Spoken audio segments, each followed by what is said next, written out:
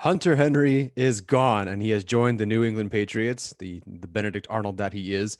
Now, the Chargers were reportedly in play for Zach Ertz, but that fell through, potentially because the Eagles were still waiting for a third-round pick for compensation. So the Chargers signed Jared Cook to a one-year, $6 million deal, which, we all thought this acquisition was possible heading into free agency, but the team still needs to add athleticism to the offense, whether it be tight end or wide receiver, because, with Allen and Williams and now Cook being potentially your top three targets, they're a bit slower by NFL standards.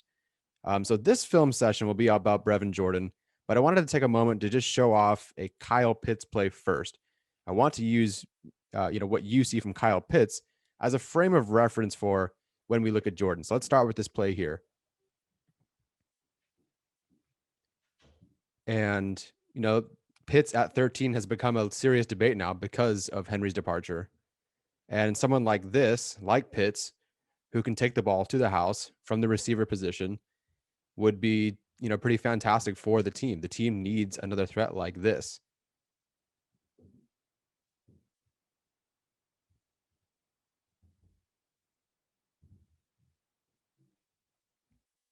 And I want to pause this for just a moment for this play. You know how the play ends because you already saw it.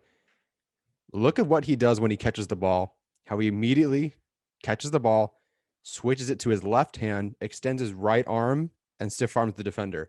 It's so fast. That is so natural. And that natural, just football knowledge, know-how, and the athleticism to take it to the house like that will be so beneficial for the Chargers. And that's why some people are considering taking Kyle Pitts at 13. The difference is, if you've been paying attention and if you know anything, I've been bullshitting you. This is Brevin Jordan right now. That play was all Brevin Jordan. I know if Craig is watching, he knows that this is Brevin Jordan. But some people, I think they think that Kyle Pitts is like the only option, and then it's a really strong run blocker like Tommy Tremble later on. That's not necessarily the case. There are guys in between that as well.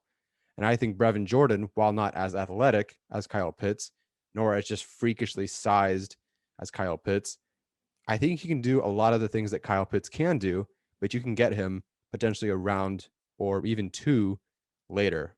Now, I personally have him going in the second round. I have him as a second round grade. The Draft Network did bump him back a little bit, but I just don't think the Chargers are going to be able to get him in the third round. But that should be the target range for the Chargers. I don't think taking Brevin Jordan in the second round is a great option for them, specifically because they need either left tackle or corner help in round one or round two, and just flip flop the need based on which one you take in round one.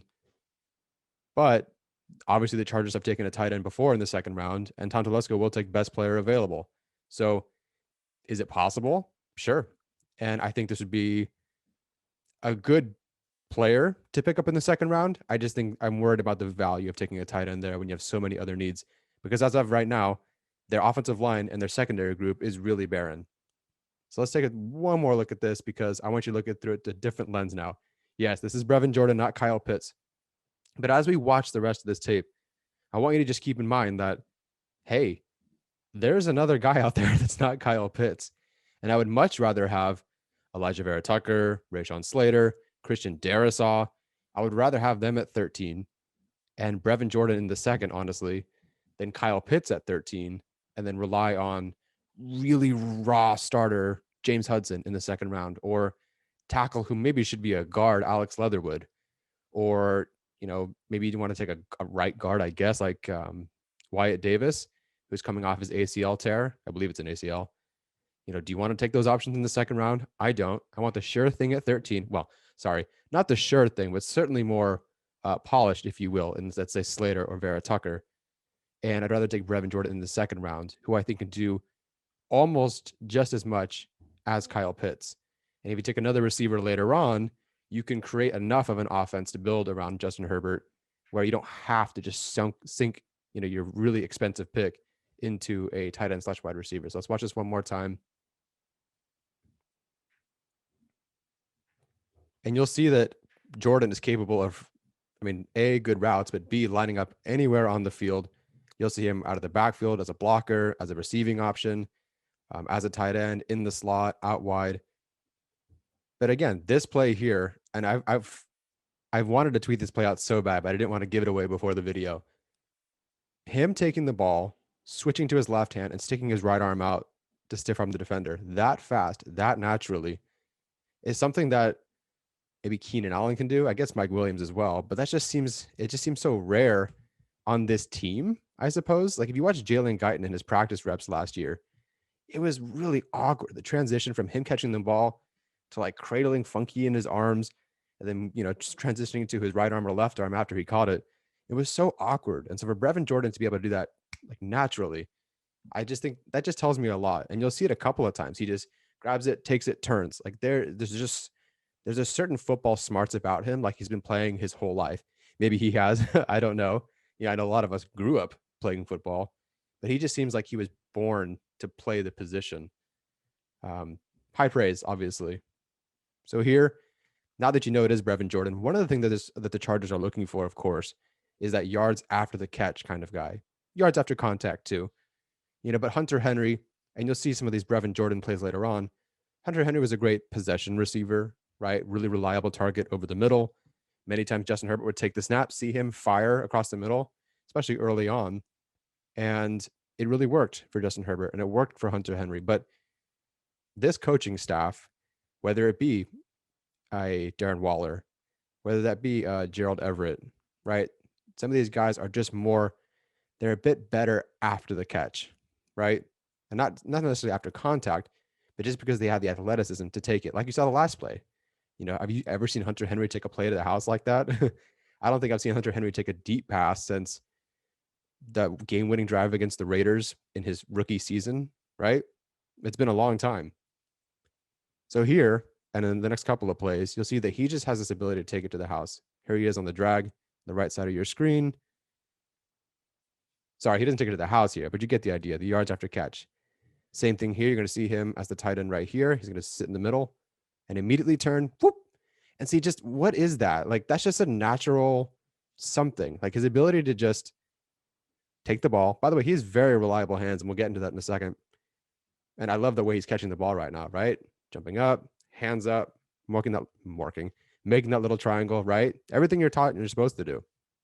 And then he just has this natural like knack for taking the ball, turning around, and he just knows what to do with it. And that's very Keenan Allen-esque, I suppose. Let me scroll back just a little bit to see the whole play.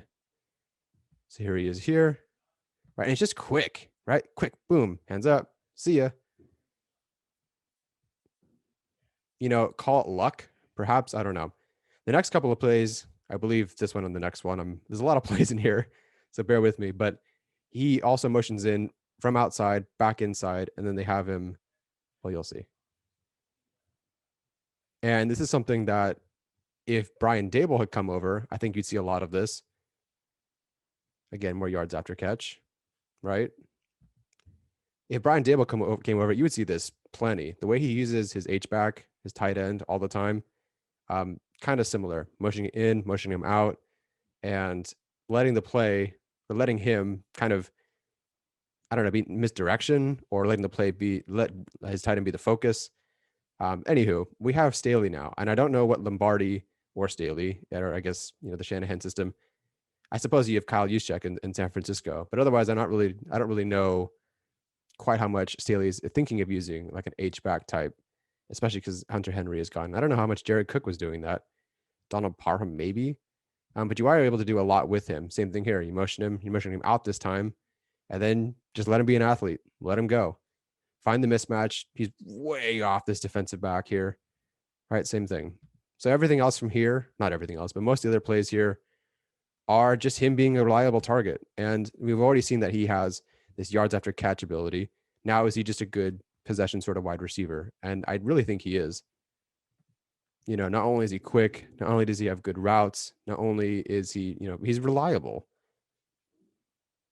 And I think, when it comes to RPOs or whatever this offense wants to do, I think that'll come in handy. Now, this play I wanted to highlight because one of the things I like finding in players when I watch film, whether it be in game or between games, is do they learn from their mistakes, right? And I don't necessarily think this is a mistake here, right? Jordan is going to be, hold on, right there.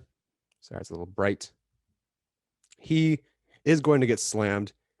I can't remember who it is at this point, but one of the defenders who is supposed to take his man sees the ball is thrown, comes off his man, and hits Jordan pretty hard. And Jordan can't hold on to the football.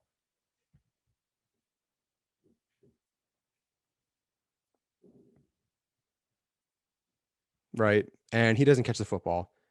And, you'd like to see him make those contested catches like that. Right. But, it happens. And he got hit pretty hard. If you watch it from the end zone angle, he got slammed. But can you learn from that? Can you get better? Right. Can you learn from your mistakes? Yeah. Now, granted, this is the exact same play, right? But he still has to go up, get that football, use his hands, take the hard hit. And I admire that. It's kind of like Nasir Adderley in week 1 against the Bengals, right? That missed tackle against Joe Burrow. Awful, really bad missed tackle, right? Give up the touchdown. And then the next week against Patrick Mahomes, who we knew was going to run the ball a little bit. Now, granted, I think Mahomes picked up a good chunk of yards, but Adderley at least came up and made the open field tackle to stop him. And that's learning. And I like that. Or it's at least bouncing back. Maybe if it's not learning, you're at least bouncing back. And that's good. I don't like repeated mistakes. It's the same thing for Jordan here. And then here on out, it's just nothing but reliable hands, right? And you'll see in a couple of these plays, his twitch is so great. He turns around, finds the ball immediately. Again, it's just like he knows how to play the position. I mean, obviously, he does. And he might be a second round pick this year, but there's just something naturally very good about him. It's the same way that I kind of feel about like an Elijah Moore. Some guys just know how to play the position very well, or like Javonte Williams. Some guys just look like, when you watch them, they look like a tight end, they look like a wide receiver, they look like a running back who's been doing it their entire life. And I feel that way about Brevin Jordan. Again, high praise, but I have a second round grade on him. And honestly, I would like to bump it up. I just can't. But it's close. He definitely belongs in the second round for sure. So here he is in the slot. Again, moving all over, whatever you need him to do. Turns around, hands up, boom. Right? Not quite yards after the catch because the throw was a little bit behind him. But to be able to turn around, find the ball, locate it, grab it immediately. You guys can't watch me. I'm making the hand gestures and you guys can't even see me. But I love that. Right? And again, a reliable target. So I'm going to let a few plays go here. I believe he's again lined up in the slot. Reliable target.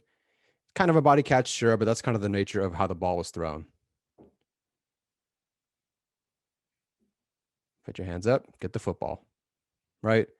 I'm not really showing spectacular plays here, right? But it's the tight end position, right? It's not exactly a spectacular, you don't have a whole lot of highlights here unless you're, one of the elite athletic tight ends. And I think Jordan can do that, but part of his job is also to be, that possession receiver, move the chains, right? Get that first down. Hands up, snatch. I love it. So he's really starting to check a lot of boxes for me, right? Yards after catch, yes. Reliable, yes. Good hands, I think so. I don't think they're the best hands, but they're good hands. One more angle here, same play. Right, just, I got you, right? Cradling the ball. I'm going to get that first down, and you're not going to knock this ball away from me. I love that. And of course, again, just like this natural, like another spin to get more yards. I don't get how that works, but it's not luck. It can't be luck if it happens over and over again, right? Okay, last set of plays, just run plays. He's not carrying the football. He has thrown the football a couple of times. I've seen, I think, 2 passes in some of the games. I don't think either of them were completed, although one did get a defensive pass interference, so that's good. But I do like that. And so that's kind of fun, right? Another wrinkle to your offense. I don't know if Jordan was ever a quarterback. He looked comfortable throwing the football. I assume that anyone who's on any college football team can at least throw a football 30, 40 yards, right? Except maybe the long snapper who has to do it backwards. But otherwise, it's cool that he has that extra wrinkle. Again, more things you can do with your tight end, more creativity. It doesn't have to be Kyle Pitts. But Kyle Pitts is a really good blocker too. Brevin Jordan, I think, is a pretty solid blocker as well. If anything, he's at least a willing and high effort blocker. I don't think he's like a Tommy Trumbull where he goes out and he's just like, I freaking got to kill somebody. Right. Tommy Trumbull, for whatever reason, like someone whispered something in his ear like in the longest yard, right? And he goes out and just clocks people. That's not quite Brevin Jordan, but he does enough and he gets the job done. And you'll see him do it either in the backfield for here or line up at tight end. So either way, he gets the job done. I don't have a lot of these run blocking, pass blocking plays just because, who cares? You get the idea after the third one. The last one here, he is right here. He is going to help the running back score here. Right? Willing. I want to do it. I'll do my job. Don't worry about it. You can get the ball to me another time. I'll take care of your wide receiver. I'll take care of your running back. No problem. And I'll take care of the quarterback, right? I'll make your job look easy. I'm just playing these plays through while I talk. So at this point, I hope you kind of get the idea of what I'm going for. You don't have to take Kyle Pitts at 13 because this is another option. And again, you can't rely on one guy to be there. And frankly, I haven't watched Pat Fryermuth, so I don't actually know, or who's the other guy? Steven keeps saying, not a Debo. I forget his name.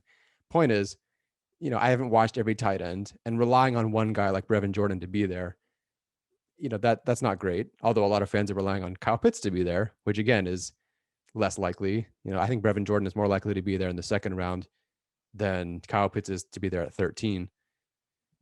But you can wait for these guys, right? And historically, remember, the whole reason you have Staley and this coaching staff and Cody Shada is because they want to use their analytics, what the data says, to build the best team possible and to be honest with themselves. And if you're honest with yourself and you know anything about the tight end position, you can find your guys on day 2, on day 3, right? Who is the best tight ends in football right now? Travis Kelce, Darren Waller, right? Those weren't first round guys. And if you have the coaching staff that you do, and the Chargers do, clearly, Frank Smith, while I don't believe he'll be working specifically with the tight ends, he has worked with both Cook and Waller and turned them both into either a Pro Bowl or All-Pro player. And if you believe that your coaching staff is that good, you don't have to just sink your money into, or not your money, your investment, your high-pick investment into a Kyle Pitts. Let your coaching staff do its job that they've proven that they can do.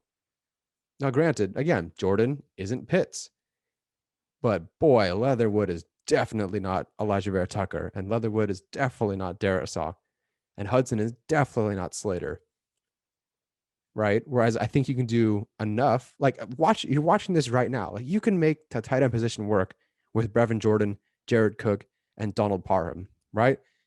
And one of the things I like about the Cook signing, if you pair him with Jordan, is one of the criticisms of Jordan is that he is not much of a red zone threat, as you've seen here, right? Have you seen any red zone targets? I call that BS, by the way, because you've seen that you can get this guy open enough. He's just maybe not like the jump ball, big body end zone kind of guy. But think of the things you can do with him, right? I just think if the creative offense can unlock that part of him. But even if he's not, Jared Cook, if anything, is a good red zone threat. That's why he has so many touchdowns. If you had him on your fantasy team last year, you know that he had 10 yards and a touchdown, 20 yards and a touchdown, right? All the time. That's who he was. So that nice combination, I think, would really work on this team.